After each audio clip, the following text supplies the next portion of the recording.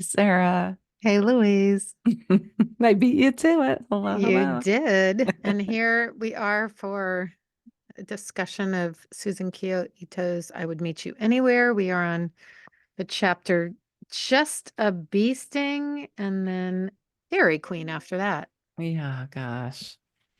Susan, I was just telling Sarah off camera that's sad, just a bee sting. Mm-hmm. She went through her earlier problems with pregnancy and now is pregnant with a little boy. And gets pre preeclampsia. Yeah, preeclampsia. I Oof, which had is friends so with that. scary. Yeah, It is scary, and she had to get her little boy to a certain amount of weeks, and it was between her life and the little boy. that's what it came down to. Samuel. Yeah, or Samuel. Samuel, Samuel. right? Samuel. Hmm. Yeah, And then yeah. then it's a big loss for her and her husband, and which brings up all her stuff, right? I mean, losing a baby. I thought of my mother. And, My having Yeah, this was now her second pregnancy that ended the same way, different yes, reasons, obviously, but right. ending in the same way. So, It was interesting too because I thought of my mom, Mary Lee, my mom who raised me, and she had a had to deliver a baby full term and bury it and stuff. And I was thinking about bury her. I was thinking about how this affected Susan. In it, I was thinking of that and even how she said, well, we thought about adoption and then they got pregnant because hmm that's the mindset. Like I thought about adoption a lot actually when and my ex-husband and I didn't get pregnant right away. And so, I didn't have that. I kind of felt the same. I can be the one that would know how to talk to the, right. I could just mess Even them up though, even more. though, yeah, total pre understanding of the Yeah. trauma, right? Oh, I can. I'll just eh, mess them up more than my biological. And then she ends up having two daughters. Yeah. Right, you know, not not too far apart in ages, and Yeah. so ultimately there, but still thought about Samuel, Yeah. as you would. I was thinking how she had such a healthy marriage and relationship early I on. know.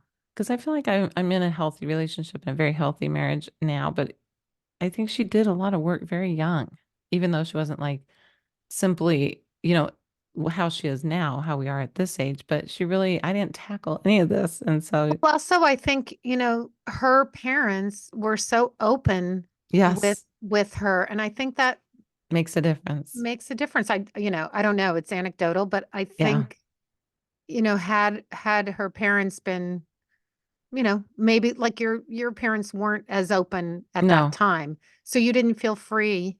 yes, I think that probably really helped her. And then I and agree. and she had two parents together, so she created a healthy relationship. Yeah.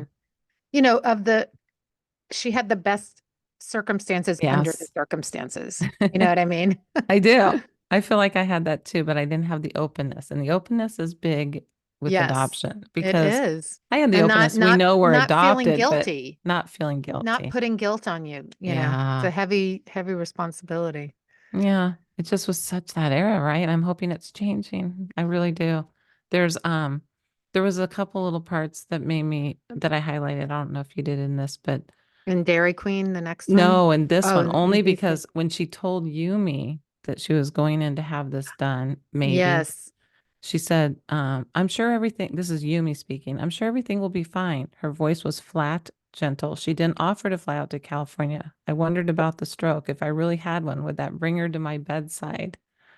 I caught a glimmer of understanding of what it meant to parent and seeing for the first time that as much as I longed for it, this is not what she was, not to me. That made me, Yeah, and it probably triggered a yeah, bunch of stuff for Yumi as well.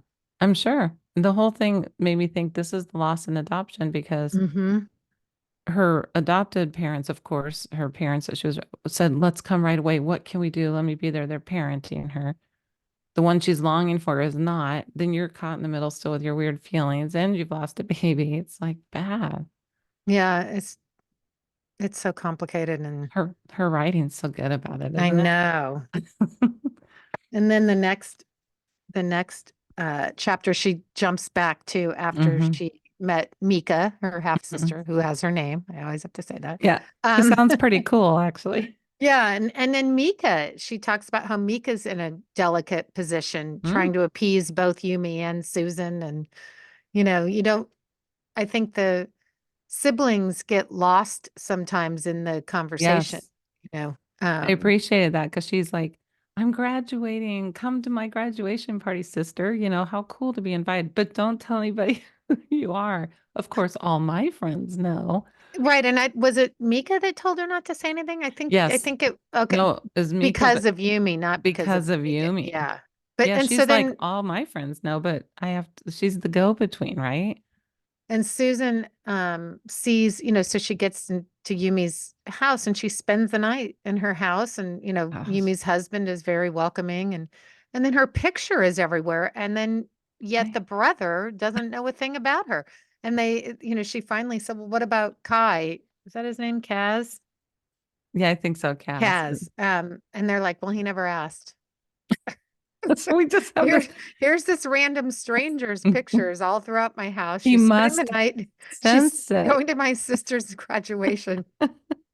Never asks, You know, which kind of shows you like yeah. the I, secretive, it's just all secrets and I can tell you that I have a child who probably would have never asked if I didn't spell something out. He'd be like, I don't want to know. I don't know what's happening. So it's like, it's so weird. No one tells them. and But he's and barely, but she, he's yeah, barely that he doesn't go to the party. He's like, and then they have the graduation party and Mika's friends are like looking yeah, because they staring. like, aha, this is her, And she looks like her. I, Yes. this then don't they do a group picture too? So Yes. at the It's like, end, the sun is leaving and yeah, they Yumi cheesed. One, two, three, cheese.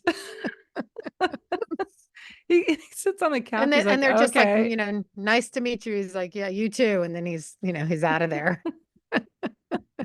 Because Yumi wanted a picture of all her kids together. She just doesn't tell one of them that that's her Yeah. kid. Like, how- oh gosh. Well, more will be revealed It, it will. It was levity in the and I next enjoyed chapter, it. I'm sure. I can't wait. So we'll I be know. reading I Would Meet You at a Wedding. And then the next one, that's pretty short. We'll be reading Origami. Is it? Oh, that is very short. Do we want to Mm-hmm. do another one? Sure. We can do Undertow? Let's do Undertow. three. Let's do three.